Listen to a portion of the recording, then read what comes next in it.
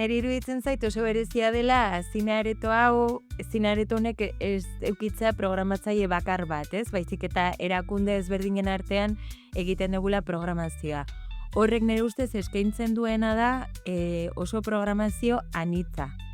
Eta hori ez, aste azkenetan beti Donostia Kulturak Nosferatu zikloa izaten du. Nosferatu zikloa okerez banago 88an jaio zen ziklo bat da, beraz Donostian hori zine ziklo historiko bat, eta beti edo gai bati lotuta izaten da zikloa edo autore bati. Aurten adibidez Billy Wilderren Atzera begirakoarekin dabiltza, ez? Ostiralak filmategiaren egunak izaten dira, eta filmategiak eukitzen ditu 4 zine ziklo ezberdin urte osoan zehar. Zinea eta zientzia, klasikoak, jazz zinema, eta orain euskal zinea azken urtetan emakumezko euskal zinegileak. Zinemaldiaren kasuan ere urtez urte badaz aldatzen pixka bat eskaintzen duten zine zikloa. Aurten adibidez egin dute zine ziklo bat jartzen pelikulak non zine eskolak ikus daitezkeen pelikula horietan. Eta ostegun eta larun batetan Tabakalearen txanda izaten da, lehenengo galderari erantzuten komentatu ditudan pixka bat programazio hildoiek jarraituz, ez? Orduan, klaro, nik uste dut elkarlan horrek bai ematen diola azkenean publikoari pelikula mote ezberdin asko ikusteko aukera. Ez dakit etorri zeaten inoiz Tabakaleako zinesaio batera, baina pelikulak hasi aurretik zinema maite dugu izeneko pieza bat jartzen dugu, eta nire ustez pieza horrek oso ondo jasotzen du pantalla partekatua deitzen diogun horren izaera, ez? Azkenean egiten duguna da 3 hilabetetan egongo diren pelikula guzti horien zatitxoz sortutako pieza txiki nire ustez oso polit bat da, eta beti iruditzen zait dela areto honek transmititu nahi duen izaeraren piezatxo edo materializazio bat, ez? Azken urtetan irakasle ez naiz ibili, baina egia da kurtso hasieran bai egoten naizela komisariotzako taldearekin eta kontatzen diet pixka bat zer den zine-areto honetan gertatzen dena edo zeintzuk diren dituen helburuak edo zein den pixka bat komentatzen nizun programazioaren estruktura. Eta gero niri ere oso polita iruditzen zait, ze normalean zineskolako ikasleek ere praktikak egiten dituzten erekin.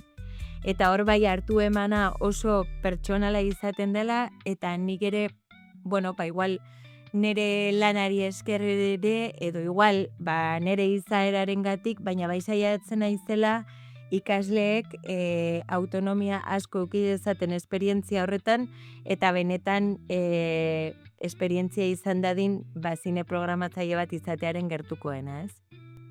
Nik uste dut zine-aretoaren erronka beti dela jendea erakartzea, eta gazteak zinean proiektuarekin lotuta esan dugun erronka hori ere, ez? Gazteak erakartzea. Neri askotan gustatuko litzaidakena da, zine-areto honetara datorren jendeak sentitu dezan aretoa beraiena dela. Eroso egon daitezen, eduki dezaten beti gauzak deskubritzeko aukera, baina gehien bat etxean sentitu daitezen. Ikuste dut hori dala zine-areto batek eskaini dezaken gauza politena, ez? Orduan ikuste erronka beti dala ikustea nola gerturatu gaitezken jendearen gana, azkenean jendeak areto hau beria egin dezan. Hori izango litzaken ere erronka pertsonala. Tabakalean gertatzen dena da azkenean, erakunde ezberdinak ari gea zine-areto bat programatzen, baina gero gainera denok ari gea lanean eraikin berean, eta horrek sortzen du zinearekin oso harreman berezia. Ze Tabakalean ez dira bakarrik pelikulak proiektatzen, baizik eta Tabakaleran zinea gordetzen da, ez? Filmategiaren artxiboan, baina baita zinea pentsatzen da eta zinea egiten da. Eta ordan oso eraikin berezia da zentzu horretan, ze Tabakaleran sortu daiteke pelikula baten lehenengo ideia bat, eta gero behin pelikula hori eginda dagoela Tabakaleran bertan pantalla handian jarri daiteke, ez? Horrekin lotuta badaude hainbat proiektu, ez? Nik uste dut, talentu berriari edo sortzaile berriei lotutakoa izango litzatekela, bai, Elias Kerejeta zineskolaren papera edo Nest bezalako sail baten papera, baina badaude programak ere sortzaileak bultzatzeko edo sortzaileei laguntzeko izango liratekela ikusmira berriak izeneko programa bat edo noka izeneko programa bat. Eta gero berriro zuk lehen aipatzen zenuna, ez?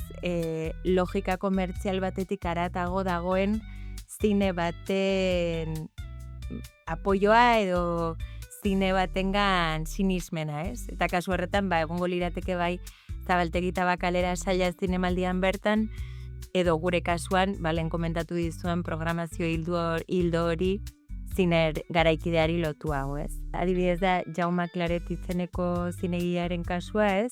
Zine eskolan egon zen lehenengo promozioan, ikusmira berriak programan egon zen, eta bere pelikula Venezian estrenatu zuen, baina gero Zabaltegi Tabakaleran ikusi izan, eta nik ere gonbidatu nuen, ze azkenean zine komertzialetan Donostin pelikula egon zenez, orain dela aste bat edo pare bat, areto honetan bertan egon zen bere pelikula aurkezten, ez? Eta horregatik esatet hori oso polita dela, ze ideia hori nolabait, Elia Ezkerejeta zine eskolan sortu zen hementxe, eta, 6 urte eta gero, edo ezagitzen bat, urte asko eta gero, baina hemen ikusi da pelikula, ez? Eta hori ez dut uste beste inun gertatzen denik. Labur metrai egin ditut, eta beste pare bati eza 3 enkarguz, eta egia da, komentatzen dezun bezala, konturatzen zehala orain, labur metrai kantitate hau eginda, bat eta bestearen artean badaudela gauzak amankomunean, edo jartzunak, edo badagoela hor nolabait balotzen dituen zerbait, ez? Egia da, proiektu bakoitzaren abia puntua oso ezberdina izan dela, ez? Bai Xulia, bai 3. kuadernoak gainera lehenengo fase luze bat izan dute biek ikerketan oinarritua. Variazioaken kasuan, azken kasuan, esperientzia pertsonal bat izan da abia puntua, baina gainera hor erronkan eretzat izan da lehenengo aldiz fikzioa egin detela, ez? Eta kuriosa iruditzen zaitzen, naiz eta gaiak oso anitzak izan eta prozesuak ere ezberdinak izan beraien artean, aipatzen dezun amankomunean dauden gauzak badaudela, ez? Hori, orain arte egin ditudan labur metrai guztietan protagonistak emakumeak dira. Eta ez da nik aldez aurretik pentsatuta neukan zerbait, ez? Edo lagun batek ere esaten dit, hori ere bakoitzaren arabera, baina lagun batek esaten dit, nire labur metrai guztiek badaukatela erritmo mota bat. Ez? Eta hori ere ez da aurre ikusita neukan zerbait. Hori, hau aipatzen dut, ze beti iruditzen zait, berezia, agian sorkuntza guztietan gertatzen da, ez? Baina beti pentsatzen dut. Nik zinea egin izan ez banu, ez nuke jakingo ze zine mota egingo nukeen. Osa, uste dut, egiten ari zean enean, zoazela ikusten, zein den zuk egiten dezun zine hori, ez? Baina ez dela lehenago hartutako erabakiak daudelako, baizik eta nolabait egiten dezun horrek eramaten zaituelako egitera era zehatz batean. Eta nire kasuan oraingoz, protagonista guztiak emakumeak dira, ez?